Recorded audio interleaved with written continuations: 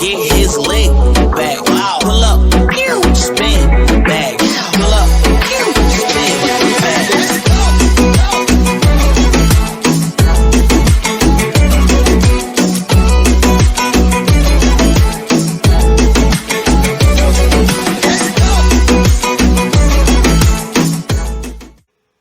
Assalamualaikum warahmatullahi wabarakatuh. Nama saya Zikril Hakim bin Muhammad Kenali.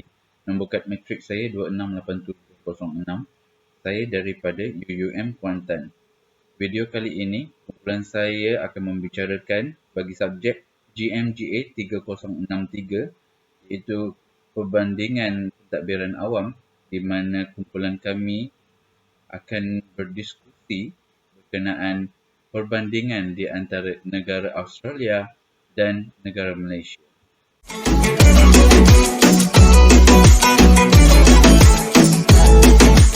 Pengenalan.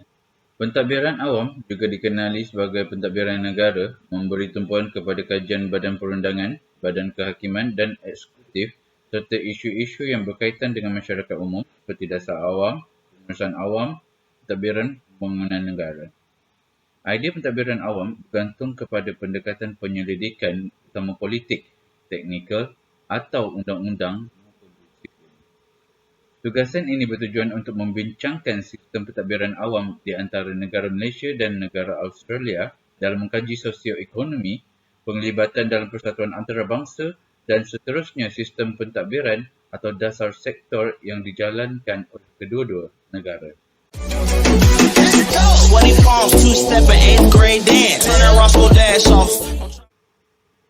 Latar belakang umum Malaysia. Malaysia merupakan negara yang terdiri daripada pelbagai keturunan, etnik, warna kulit, agama, bahasa, kebudayaan.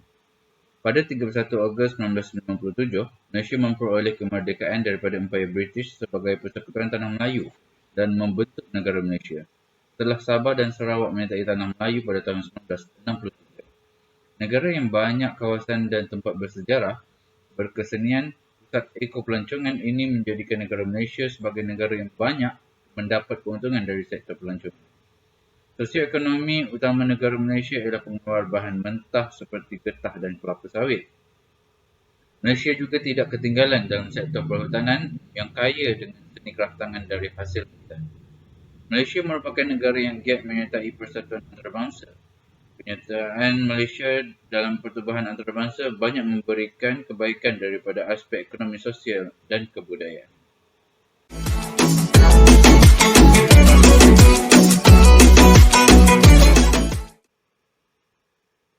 Latar belakang umum Australia. Australia atau Commonwealth Australia ialah sebuah negara di hemisfera selatan yang terdiri daripada tanah besar benua Australia, Tasmania, serta banyak pulau kecil di lautan Pasifik dan India. Setelah 10 tahun persediaan, perbincangan dan undian, Pakatan 6 koloni telah ditubuhkan secara rasmi pada 1 Januari 1901, kemerdekaan Australia. Australia di tempat ketiga dalam Indeks Kebebasan Ekonomi 2010 adalah lebih tinggi daripada United Kingdom, Jerman, Perancis, Kanada, Jepun dan Amerika Syarikat. Ekonomi pasaran diamalkan di Australia yang mempunyai KDNK per kapita yang tinggi dan peratusan kemiskinan yang rendah. Australia kini merupakan bursa saham ke-9 terbesar di dunia berikutan Gabungan Bursa Saham Australia dan Bursa Hadapan Sydney pada tahun 2006. Hubungan baik Australia dan Amerika Syarikat melalui Pakatan ANZUS dan jangkaan untuk menjalinkan hubungan dengan Asia Pasifik, khususnya melalui ASEAN dan Forum Kepulauan Pasifik telah membentuk dasar luarnya. Australia adalah sebahagian daripada Five Power Defence Arrangement, Pakatan Pertahanan Serantau bersama-sama dengan New Zealand, United Kingdom, Malaysia dan Singapura.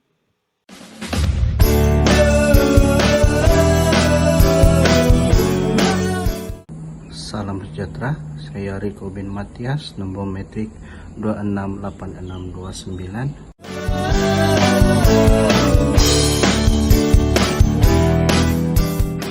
Saya akan sambung di bahagian sistem pentadbiran ataupun di sektor dasar khusus Malaysia.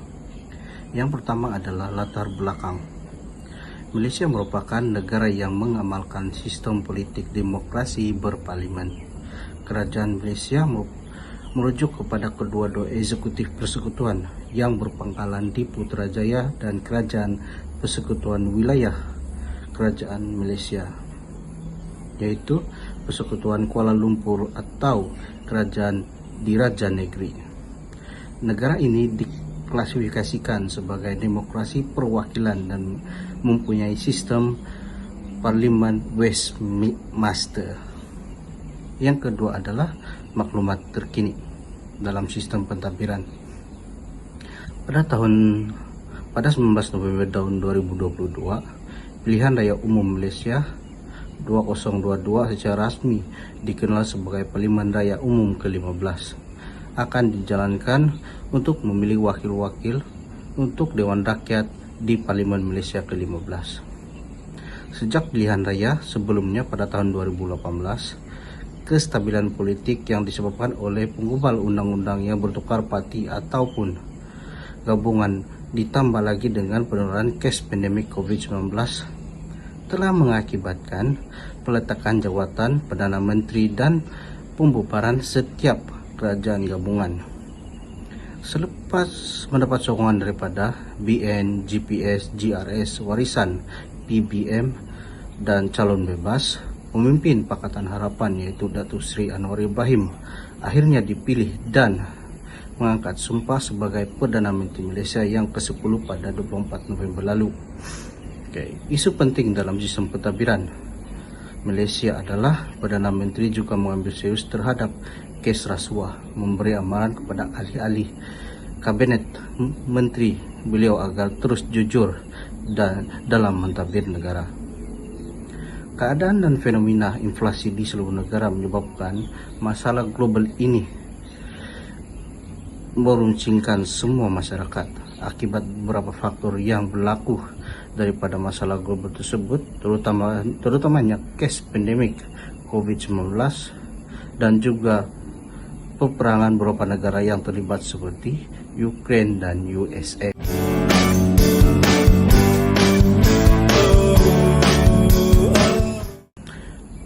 Yang kedua adalah sistem pentadbiran ataupun sektor dasar khusus negara Australia. Latar belakang negara Australia ialah sistem pentadbiran negara Australia terbentuk dari Raja Dewan Negara yaitu Dewan Pertuanan yang terdiri daripada 76 senator dan Dewan Rakyat membentuk Parlimen Commonwealth. Di Dewan terdiri daripada 150 wakil. Dewan Perwakilan Rakyat dan Dewan Negara, dua dewan parlimen yang terletak di Australia, dipilih oleh rakyat. Mesyuarat Kabinet adalah tempat pilihan dasar dibuat dan menteri yang dicalonkan daripada dua dewan ini melaksanakan kuasa eksekutif. Walaupun Australia adalah sebuah negara yang berdaulat, yaitu Ratu Elizabeth II dari England juga dikira sebagai Raja Australia atas show kerajaan Australia yang dipilih ataupun atas dorongan kerajaan Australia yang dipilih. Ratu melantik seorang Governor General untuk menikmat sebagai wakilnya. Maklumat terkini daripada sistem pentadbiran negara Australia adalah pada Mei tahun 2022 pilihan raya Australia telah diadakan. Pilihan raya tersebut menyaksikan bahawa Anthony Albanese dan dari Parti Buruh menang dalam pilihan raya Persekutuan Australia tahun 2022. Keputusan tersebut menunjukkan berakhirnya pemerintahan Coalition selama 9 tahun dan menjadikan Albanese sebagai Perdana Menteri Australia yang ke-31. Isu penting yang terdapat dalam sistem pentadbiran Australia yaitu negara Australia sering mendapati masalah perubahan iklim negara. Menurut Kisro, perubahan iklim akan menyebabkan kurangnya hujan di seluruh negara Australia yang menjadikannya lebih sukar untuk mencair air yang bersih dan tersedia untuk pertanian. Yang kedua adalah pada 2 tahun kebelakangan ini penularan COVID-19 dan kebakaran hutan besar pada tahun 2019 dan 2020 mengakibatkan krisis ekonomi Australia. Selepas itu, hampir 3 dekad ini tidak pernah mengalami kemelesetan ekonomi, dan tahun 2020 pula menunjukkan Australia secara resmi diisytiharkan mengalami krisis ekonomi.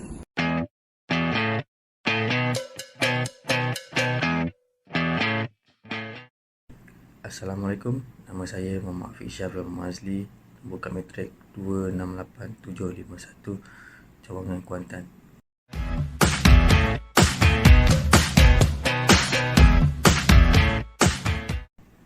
Saya akan menerangkan perbandingan antara negara Malaysia dan negara Australia. Bagi negara Malaysia, jumlah penduduk di Malaysia pada tahun 2002 meningkat dalam 32.7 juta. Malaysia boleh mengeluarkan kereta yang setanding dengan luar negara. Syarikat holding Berhad, Proton dan syarikat perusahaan automobil kedua secara Berhad ialah dua perniagaan dan Malaysia mengeluarkan kereta nasional berdua. Pelajaran dua satelit Malaysia Asia Timur, Malaysia 1 dan Malaysia 2, Malaysia turut mara ke era teknologi angkasa lepas. Malaysia masih menjadi pilihan untuk pelajar luar negara menyambung pelajaran di Malaysia.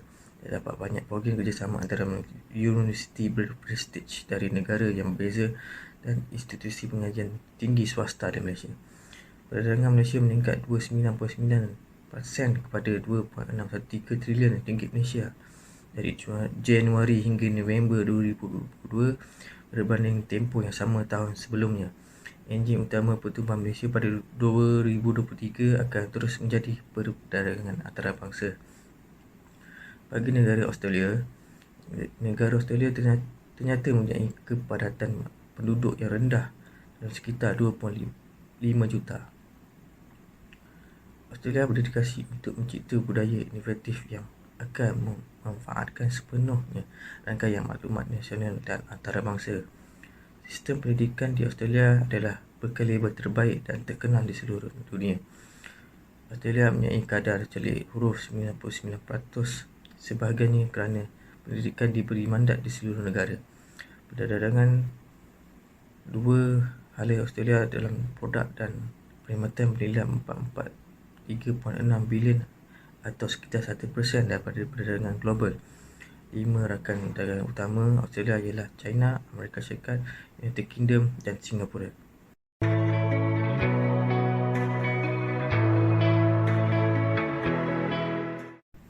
Kesimpulan, sesebuah syarikat mesti menetapkan matlamat jika ia ingin mempunyai pentadbiran awam yang berkesan, cekap dan bertanggungjawab.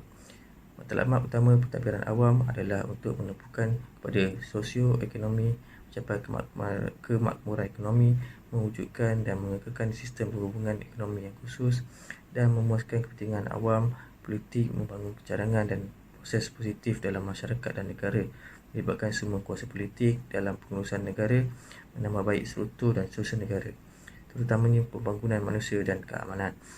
Kita juga perlu mengambil kebaikan untuk urus tadbir negara seperti Australia. Prinsip demokrasi yang dilihat oleh orang ramai sebagai sumber kuasa. Legitimasi aktiviti mesti diasaskan pada kepatuhan pada undang-undang negara. Objektiviti tentang persepsi bahawa keadaan itu boleh diterima dan keadaan saintifik harus diikuti oleh kerajaan dengan teratur untuk meningkatkan prestasi seperti pengguna dan pelaksanaan keputusan. Tindakan harus mengambil kira situasi kehidupan tertentu dan cekap dalam matlamat yang ingin dicapai dalam jumlah kerja, wang dan masa yang paling sedikit. Sekian, terima kasih.